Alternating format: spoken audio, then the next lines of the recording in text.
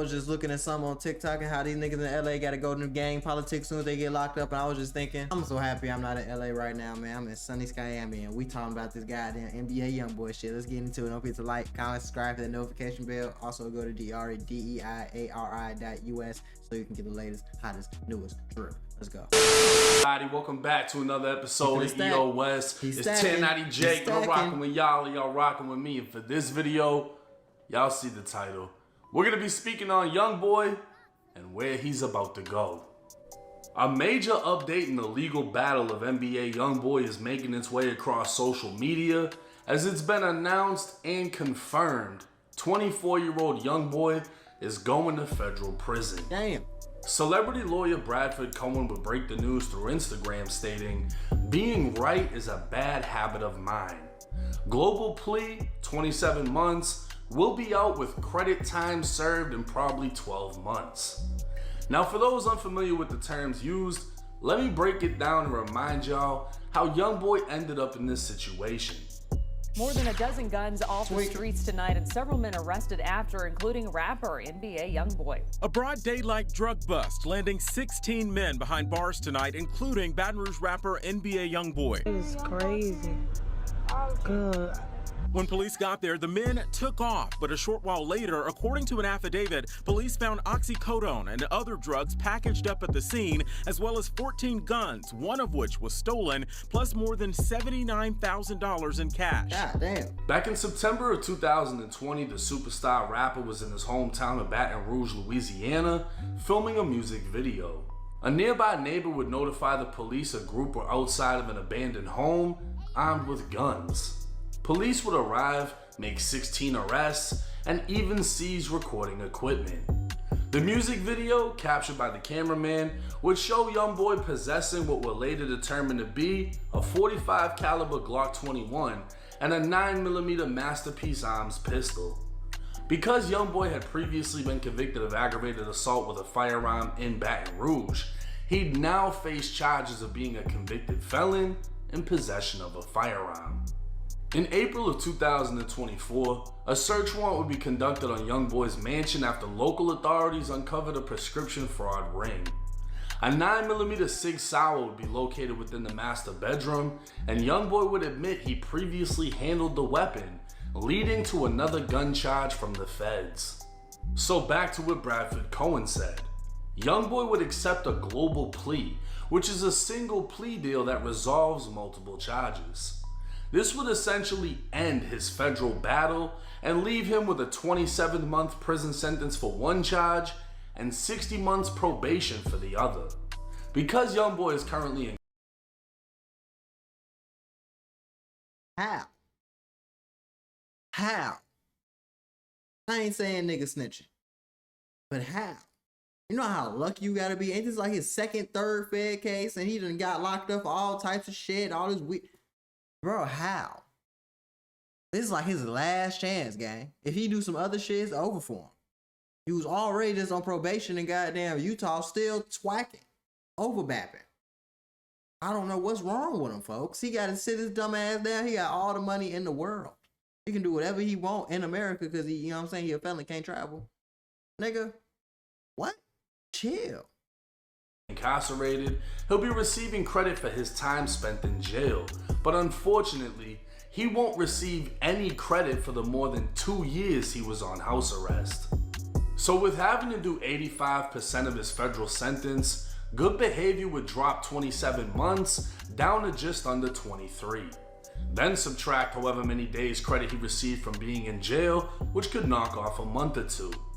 Brad predicts Youngboy will be back out in probably 12 months, but let's not forget Youngboy is still facing over 60 charges in Utah, meaning he's 60? Also facing Utah state prison time. Oh my God. Brad would comment on that saying the Utah case is weak, which is major. If Youngboy's lawyer can beat the charges down and negotiate a plea for lesser offenses, at best we could see Youngboy out on probation, but that's at best. Because of Youngboy's prior conviction for aggravated assault with a firearm and his new convictions on firearm offenses, it's very likely Youngboy could be sent to a United States penitentiary. USPs are the most violent places you can go within the federal prison system and are notorious for their strict racial politicking. But Youngboy wouldn't be the first rapper from Louisiana to hit the yard, as Louisiana legend BG served time at USP Big Sandy, along with Baton Rouge rapper Main Music. With his Utah case pending, it's hard to imagine Utah State Prison being any worse than the feds. For Youngboy, it seems less likely he'll have trouble inside. The question is, how much time inside will he have to spend, as not too many rappers have made a full comeback after prison. Now this is... I think Youngboy can make a comeback though. I'm gonna be honest, like, his situation, he one of the biggest out, and he still low-key got music out. Like, that nigga come out and drop 30 songs in one day type shit. He still got a cult following. Like Lil Durk, I feel like no matter how long Lil Durk locked up, Lil Durk can be locked up for 20 years. God forbid he be locked up for 20 years. Nigga get out, he gonna be popping. Certain niggas just got that, you know what I'm saying? Some niggas do, some niggas don't. But 60 charges in Utah is crazy. Your ass gonna serve at least a little more time for that in Utah. 60? Crazy. This is great for Youngboy. I mean, to get 27 months on federal gun charges, that's a big deal. And this is actually showing that, you know, a lot of people say there's no point in getting a lawyer if you're fighting the feds because the feds got you. Bullshit. If you're Youngboy and you can afford these fucking multi-million-dollar lawyers, magic seems to be happening. You know what I mean? He's getting 27 months in prison.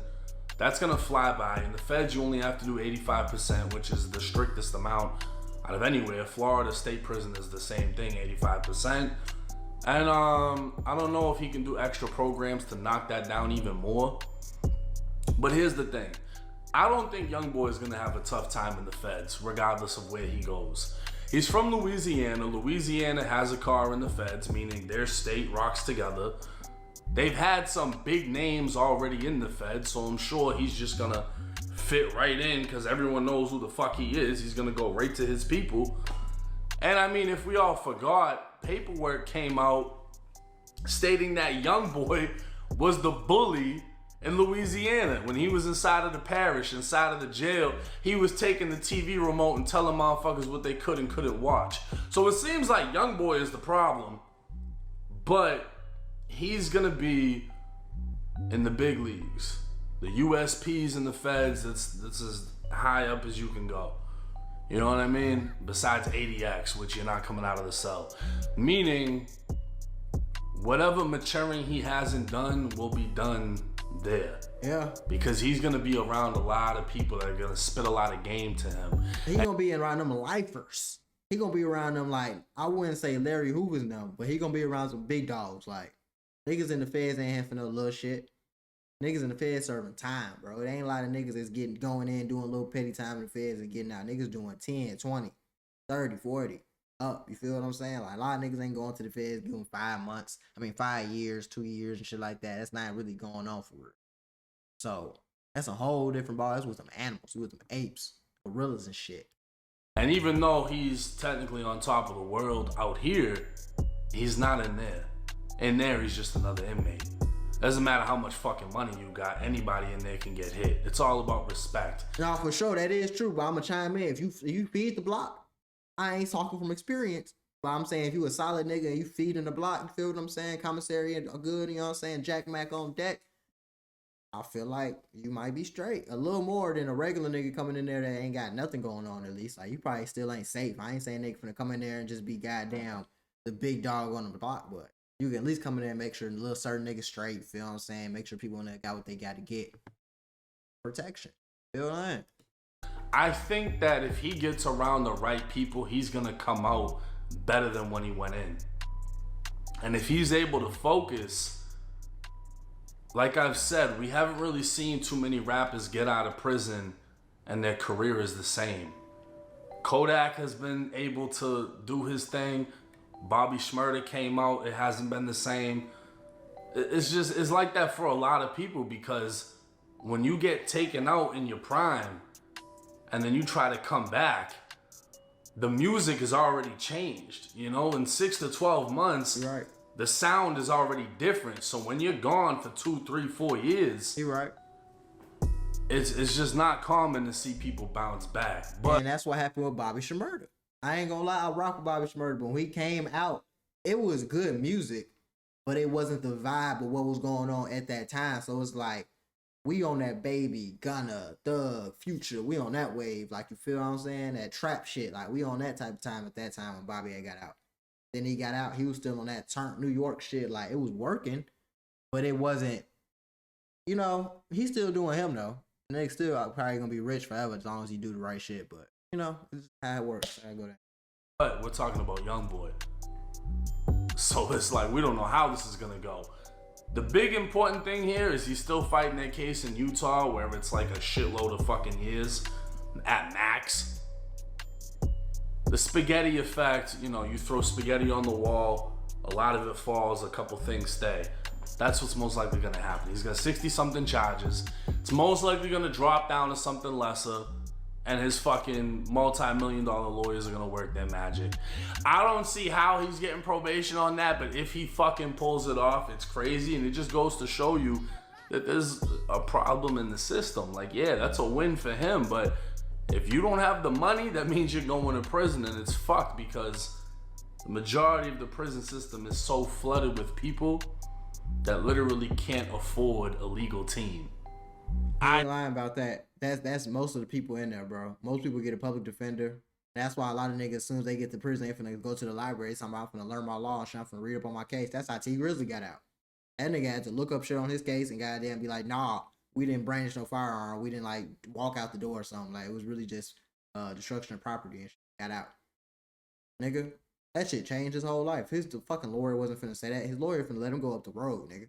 This shit be for real. So that's why I be trying to tell the youth and tell everybody, man, watch what you do, watch what you put out there, because this shit can go one way or the other. And if it go the wrong way, one time, you might be. Some niggas get up one case and you feel me, they be straight, they beat it like Youngboy. Niggas get the same case and they get 30 years.